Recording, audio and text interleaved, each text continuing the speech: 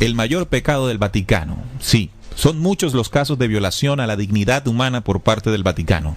La Santa Inquisición, que sirvió para acallar, perseguir, torturar y hasta llevar a la horca y a la hoguera a todos los que osadamente cuestionaban su poder e influencia. Todo con la excusa de suprimir la herejía. Atención, que alrededor de 100.000 personas fueron bestialmente asesinadas entre el siglo XVI y el siglo XVIII por la Iglesia Católica, quien orquestó una de las más espantosas masacres de la historia de la humanidad. Pero también no olvidemos la evangelización del Nuevo Mundo, pues estuvo plagada de abusos y atrocidades. La imposición de la religión católica en América implicó la destrucción del legado cultural y espiritual de las culturas prehispánicas. Los indios eran considerados en muchos casos herejes por su natural cosmovisión, y junto con los conquistadores, la Iglesia Católica solapó y en algunos casos fue parte del maltrato y asesinato de innumerable cantidad de personas que se rehúsan a adoptar las nuevas costumbres extranjeras. Por supuesto, los incontables y aberrantes casos de pederastia por parte de miembros de la Iglesia a lo largo de la historia nos demuestran que esta institución es más mundana que celestial. Pero increíblemente todos estos atentados a la dignidad humana están acompañados por un pecado no menor, que pocos le reclaman por una sencilla razón: casi nadie sabe o lo ha notado. Y este horrendo hecho ha matado no la carne ni la vida de la humanidad, sino nada menos que su espíritu. A continuación revelaremos este horrendo crimen contra la esencia espiritual de la humanidad. Crimen perpetrado a partir del surgimiento como Iglesia Universal o Católica en el año 325 después de Cristo, como lo hemos revelado en artículos y videos anteriores. La mayoría de las personas tienen la creencia que la Iglesia Católica pregona el mensaje puro y verdadero de Jesucristo y el Dios Supremo. Pero al investigar sobre algunos acontecimientos históricos, notaremos que otra es la realidad. El primer acontecimiento que recordaremos es el Concilio de Jerusalén. Este concilio, celebrado en Jerusalén alrededor del año 50 después de Cristo, encuentro entre las responsables o los responsables de las dos grandes comunidades cristianas primitivas. Primero, la de Jerusalén, liderada por Pedro, llena de judíos que observaban la ley mosaica, con sus 613 preceptos, y la de Antioquía, liderada por Pablo de Tarso, llena de gentiles o no judíos que vivían el evangelio libre de la ley de Moisés. Esta reunión fue muy importante para el cristianismo primitivo, pues en ella se logró entender y determinar que el mensaje revelado por Jesús Cristo liberaba al hombre de la ley mosaica, entregada por el Dios del pueblo hebreo conocido como Yahvé, Jehová, al profeta Moisés. En este concilio, Pablo de Tarso expuso las pruebas contundentes que demostraron que el Dios predicado por Jesús es completamente distinto al ser adorado como Dios por los patriarcas y religión judía. Por consiguiente, en ese momento se presentó la separación del cristianismo primitivo del judaísmo.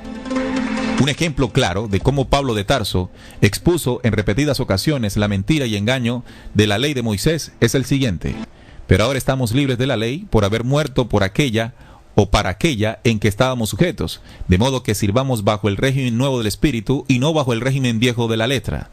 ¿Qué diremos pues? ¿La ley es pecado? En ninguna manera. Pero yo no conocí el pecado sino por la ley, porque tampoco conociera la codicia si la ley no dijera: no codiciarás. Estos hombres del cristianismo primitivo descubrieron que la adoración al Dios hebreo, Dios entre comillas, y vivir sujetos a su ley desembocaba en esclavitud y muerte, como podemos entender en el siguiente versículo de 2 de Corintios 3:3. Siendo manifiesto que sois carta de Cristo, expedida por nosotros, escrita no con tinta, sino con el Espíritu del Dios vivo, no en tablas de piedra, sino en tablas de carne del corazón.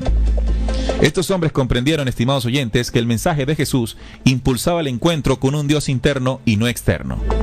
De hecho, esto le valió a esta primera comunidad de cristianos que vivían y transmitían el saber de Jesús ser considerada como una secta y además perseguida y señalada por el judaísmo y el imperio romano. El segundo acontecimiento que recordaremos es el Sínodo Judío de Yamnia, celebrado en la ciudad Yabné a finales del siglo I después de Cristo, entre los años 70 y 90, después de la destrucción del segundo templo de Jerusalén, en el que el canon de la Biblia hebrea fue finalizado. En esta reunión, integrada solo por líderes del judaísmo, se manifestó el rechazo total al mensaje de Jesús y, por supuesto, no fue considerado como el esperado Mesías judío.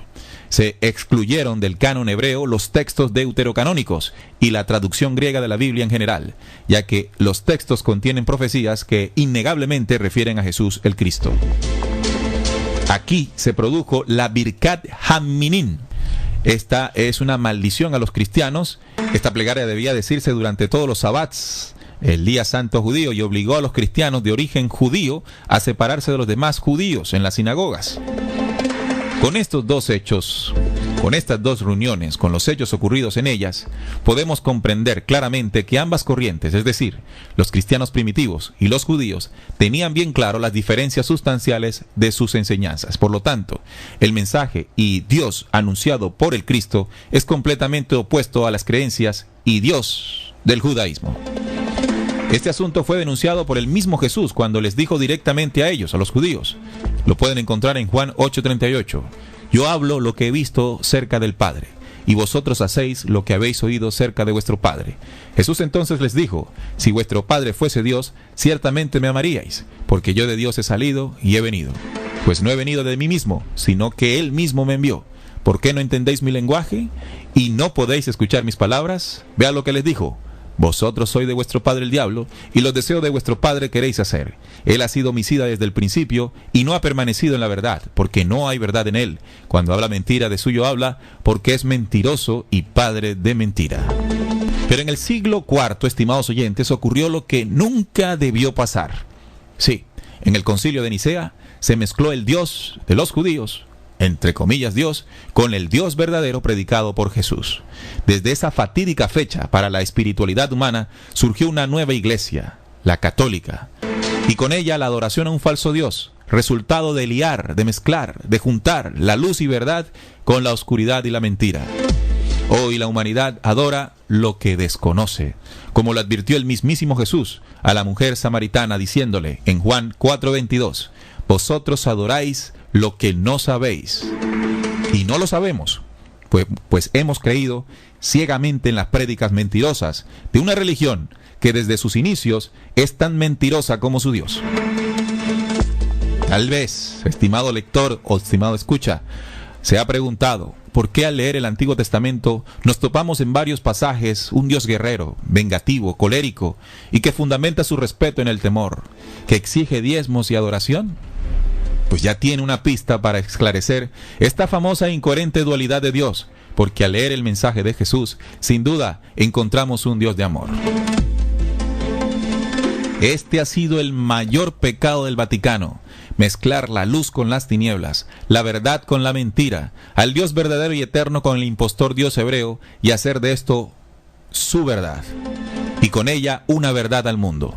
Es por esta razón que vemos tantas atrocidades dentro del Vaticano. No hay en la mayoría de sus líderes el espíritu de verdad, la fuerza encontrada al descubrir y sentir el Cristo interior.